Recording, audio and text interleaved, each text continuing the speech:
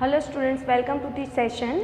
In previous video we have discussed, we have started the endo membrane system, right? जिसमें से हमने endoplasmic reticulum के बारे में बात किया था और बाकी के 3 ऑर्गेनल्स जो है वो हम ये वीडियो लेक्चर में लर्न करेंगे. Okay, so let's start with the first one, that is the Golgi apparatus. So then scientist Camillo Golgi, उन्होंने इलेक्ट्रॉन माइक्रोस्कोप में गोल्गी अपार्टस को ऑब्जर्व किया और उसके बारे में information the.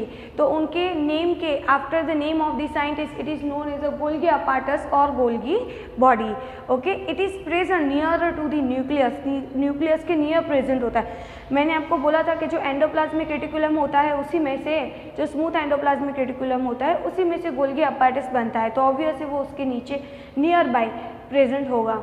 Okay, so nearer to the nucleus, अगर आपको कोई ऐसा स्ट्रक्चर दिखे जिसमें disc like sac like structure present है, flat tubules like flat sacs like structure which are stacked on each other, जो स्टेक पाइल मैनर में attached है कुछ इस तरीके से स्टेक्ड मैनर में, राइट. स्टेक्ड का मतलब होता है कि थप्पी के जैसे एक के ऊपर एक. तो स्टेक्ड पाइल मैनर में अगर वो अटैच्ड है, ऐसा कोई स्ट्रक्चर दिखे तो that is the Golgi apparatus. और ये जो disc like sac like structure है it is known as a cisternae. तो ये क्या है, दिस आर दी सिस्टर्नी. तो यहाँ पे मैंने 1, 2, 3 एंड 4 सिस्टर्नी आपको शो की है, राइट. अगर हम गोल्गी अपार्टस के स्ट्रक्चर के बारे में बात करें तो ये जो फेस है जो कॉन्वेक्स शेप बना रहा है, राइट, जो कॉन्वेक्स शेप बनाता है उसको हम बोलेंगे cis face of the Golgi apparatus. That is known as a cis face of the Golgi apparatus. The convex face it is known as a cis face of the Golgi apparatus. Okay, sorry, diameter के बारे में बात करेंगे. तो जो cisternae होती है उसका डायमीटर होता है 0.5 to 1 माइक्रोमीटर एंड उसका जो कॉन्वेक्स फेस होता है उसको हम बोलते हैं सिस फेस. ओके, जो कॉन्वेक्स फॉर्मिंग फेस है that is known as a cis face and the maturing face, this face is known as a maturing face.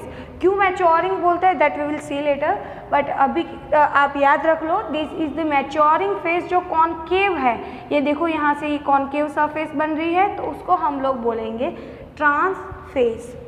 Okay, देखो अगर मैं ये रिमूव कर दूँ तो मैं इस तरीके का स्ट्रक्चर बनाऊँ तो ये क्या हो गया, कॉनकेव शेप हो गया.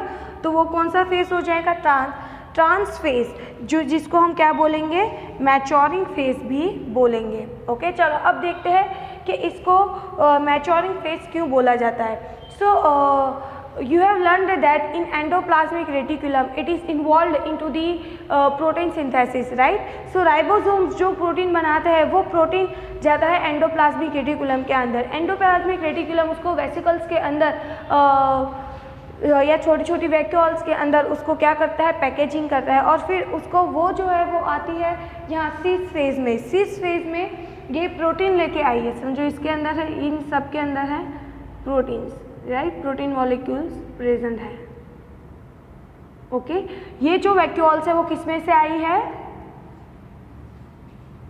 आरईआर में से आई है. आरईआर में से जो प्रोटीन लेके जो वेसिकल्स आई वो वेसिकल सीस फेस के अंदर क्या हो जाती है, फ्यूज हो जाती है. अब क्या होगा, अब नेक्स्ट स्टेप होगा that is the modification of the proteins. तो अब ये गोल्गी अपार्टस के अंदर ये प्रोटीन का मॉडिफिकेशन होगा और मॉडिफिकेशन के बाद क्या होगा, that is the packaging of the material into the form of vacuole. तो जो वेसिकल्स यहाँ पे आके फ्यूज़ हुई है वो सीस फेज में आके फ्यूज़ होती है. यहाँ पे ये जो प्रोटीन उसने अंदर डाला वो प्रोटीन का यहाँ पे क्या होगा, मॉडिफिकेशन होगा. मॉडिफिकेशन मतलब कि प्रोटीन के स्ट्रक्चर में चेंज आता है, वो एक्टिव फॉर्म में कन्वर्ट होता है. जैसे कि प्रोटीन में से एंजाइम बनना, तो प्रोटीन को एक्टिव करके उसमें से एंजाइम बनाना. तो प्रोटीन के स्ट्रक्चर में कोई स्पेशलाइज्ड जगह होती है जहाँ पे वो लोग क्लीवेज करके एक्टिव साइट फॉर्मेशन करके उसको एंजाइम के अंदर कन्वर्ट किया जाता है. तो प्रोटीन को किसमें चेंज किया, एंजाइम में. तो ये एक मॉडिफिकेशन हुआ, दैट मीन्स अ चेंज. तो प्रोटीन के स्ट्रक्चर में चेंज लाया, वो काम कौन करेगा, that is we can say that it is a processing, it is a processing. तो ये one type of the processing हुआ जिसमें प्रोटीन का मॉडिफिकेशन होगा. अब जो ट्रांस फेज है, ट्रांस फेज में से वो जो मॉडिफाइड प्रोटीन है वो इस तरीके से वेसिकल के फॉर्म में बाहर आएगा और फिर ये वेसिकल यहाँ से क्या हो जाएगी, देखो यहाँ से वो इस तरीके से क्या हो जाएगी, डीअटैच हो जाएगी। ओके, अब ये फ्रीली साइटोप्लाज्म में मूव करेगी। तो यहाँ पे इसका पैकेजिंग भी हुआ और ट्रांसफेज से उसका सिक्रीशन भी हुआ। इसीलिए now you can say that it is a maturing phase, because ये जो यहाँ पे आया वो इनएक्टिव फॉर्म में था, उसको मैच्योर फॉर्म में कन्वर्ट किया। मैच्योर फॉर्म में मैं ऐसा नहीं बोलती कि हर बार एकदम एक्टिव फॉर्म में ही कन्वर्ट कर देगा, भले एक्टिव फॉर्म में ना करे बट एटलीस्ट उसको क्या कर देता है, मैच्योर स्ट्रक्चर के अंदर उसको कन्वर्ट करता है। तो उसके बाद वो इस तरीके से यहाँ से ट्रांसफेज से रिलीज हो जाएगा। तो सिस फेज में वो फ्यूज हुआ और ट्रांसफेज से वो रिलीज हुआ। ओके, तो इस तरीके से गोल्गी अपार्टस जो है वो फंक्शन करता है। अब इसके अलावा उसका क्या फंक्शन है समझो। ये तो हो गया पैकेजिंग, समझो ये हो गया पैकेजिंग का फंक्शन हो गया, मॉडिफिकेशन भी हो गया। इसके अलावा ये खुद क्या सिंथेसाइज करता है, तो it synthesises, it is the site for the formation of the glycoproteins and glycolipids. So it is also a function of the Golgi apparatus. Okay, तो यहाँ पे गोल्गी अपार्टस फिनिश होता है। अब बात करते हैं हम लोग लाइसोसोम के बारे में। Okay, the next organelle that is the lysosome. अब जैसे कि मैंने यहाँ पे बोला, अगर ये वेसिकल के अंदर प्रोटीन मॉडिफाइड होकर डाइजेस्टिव एंजाइम के अंदर कन्वर्ट हुए हैं और वो इस तरीके से पैकेज हो गए, तो अगर वो डाइजेस्टिव हाइड्रोलाइटिक एंजाइम है तो वो वेसिकल को हम लोग क्या बोलेंगे, लाइसोसोम। सपोज इसके अंदर डाइजेस्टिव हाइड्रोलाइटिक एंजाइम्स पैकेज हुए हैं तो हम उसको क्या बोलेंगे, लाइसोसोम। इससे हमको पता चल सकता है कि किस तरीके से एक दूसरे के साथ को रिलेटेड है। तो अब इसमें से क्या बना, लाइसोसोम बना। लाइसोसोम क्या कंटेन करता है, it contains the digestive enzymes.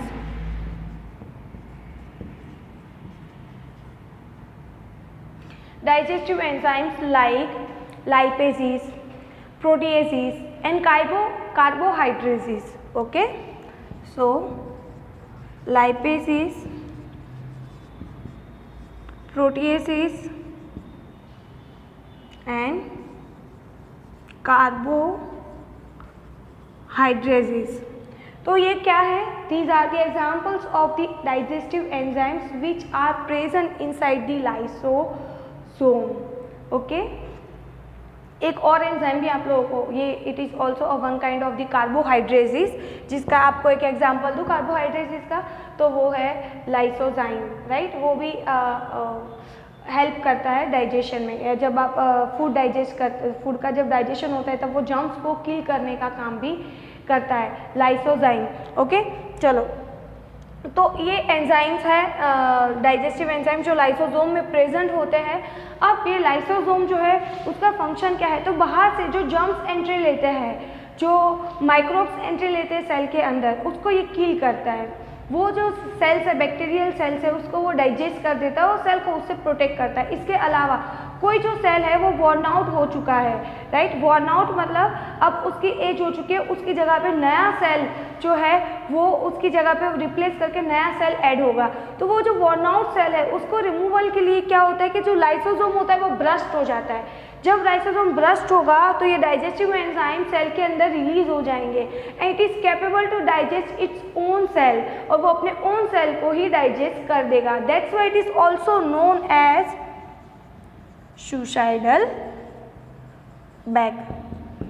उसको क्या बोला जाता है, it is also known as suicidal bag, क्योंकि वो उसके पास ऐसी एबिलिटी है कि वो खुद ही के सेल को भी किल कर सकता है। तो ये एक तरीके से हेल्पफुल है। जो वॉर्न आउट सेल है उसको रिमूव करने के लिए लाइसोसोम ब्रस्ट हो जाता है, फिर वो सेल को वो डाइजेस्ट कर देता है, तो वो वहाँ पे न्यू सेल के लिए स्पेस बन जाती है।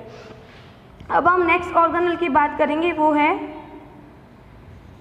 वैक्यूल। ओके, सो वैक्यूल क्या है, तो एक ऐसे ऑर्गेनल है जिसके अराउंड सिंगल मेम्ब्रेन प्रेजेंट है। लुक, लाइसोसोम के अराउंड भी सिंगल मेम्ब्रेन होती है एंड वैक्यूल के अराउंड भी सिंगल मेम्ब्रेन होती है। प्लांट में जो वैक्यूल होती है वो लार्ज साइज्ड होती है, जो 90% जितना एरिया ऑक्यूपाई कर लेती है, राइट। जो एनिमल सेल में वैक्यूल्स होती है वो बहुत ही स्मॉल साइज्ड होती है या तो एब्सेंट होती है। तो ये जो वैक्यूल्स है उसका जो आउटर मेम्ब्रेन है उसको बोला जाता है टोनोप्लास्ट। क्या बोला जाता है, tonoplast is the outer covering of the vacuole. अब देखते हैं कि वैक्यूल का फंक्शन क्या है। तो वैक्यूल में लार्ज अमाउंट में वाटर प्रेजेंट होता है, एज वेल एज जो अनवांटेड सब्सटेंसेज होते हैं वो प्रेजेंट होते हैं, एक्सक्रीटरी प्रोडक्ट प्रेजेंट होती है, क्रिस्टलाइन फॉर्म में जो एक्सक्रीटरी प्रोडक्ट्स है वो प्रेजेंट होती है, जो अनवांटेड सब्सटेंसेज है, कुछ टॉक्सिक मटेरियल्स है, वो सबका ये स्टोरेज करता है। तो उसका मेन फंक्शन है स्टोरेज का। क्या फंक्शन है? स्टोरेज का। ओके अब ऑब्वियस है अगर ये सारी चीज़ें इसके अंदर स्टोर होती है तो उसमें कॉन्सेंट्रेशन ऑलवेज कैसा रहता है? ज़्यादा। So always it has a high concentration and substances are transported inside the vacuole against the concentration gradient, so it requires the energy for the transportation. अब इसके अंदर कॉन्सेंट्रेशन कैसा है? ज़्यादा है। अब बाहर से अब देखो जैसे कि ये वैक्यूल है, इसके अंदर ऑलरेडी बहुत सारी वेस्ट प्रोडक्ट्स प्रेजेंट है, तो इसमें कॉन्सेंट्रेशन कैसा है? हाई है। अब बाहर कुछ वेस्ट प्रोडक्ट्स प्रेजेंट है, राइट, बट बाहर उसका कॉन्सेंट्रेशन कैसा है? लो है, राइट। तो ऑब्वियस स्टोर तो इसमें करना है तो बाहर से ही अंदर जाएगा। तो ये यहाँ से इसके अंदर गया तो ये कैसा गया? लो टू हाई गया। तो कॉन्सेंट्रेशन ग्रेडियंट के अकॉर्डिंग अगेंस्ट गया। तो आपको यहाँ पे क्या चाहिए? एटीपी के फॉर्म में एनर्जी चाहिए। Energy is required in the form of ATP. अब हम बात करेंगे कि जैसे अमीबा, तो अमीबा में भी कॉन्ट्रैक्टाइल वैक्यूल्स प्रोड्यूस होती है जिसके अंदर उसका एक्सक्रीटरी प्रोडक्ट्स प्रेजेंट होता है। क्या? Contractile vacuoles into the amoeba.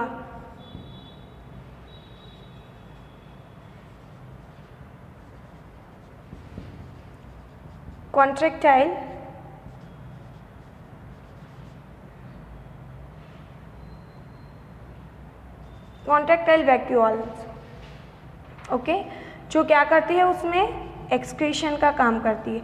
Many protist like amoeba, paramecium, in all that the food vacuoles are formed.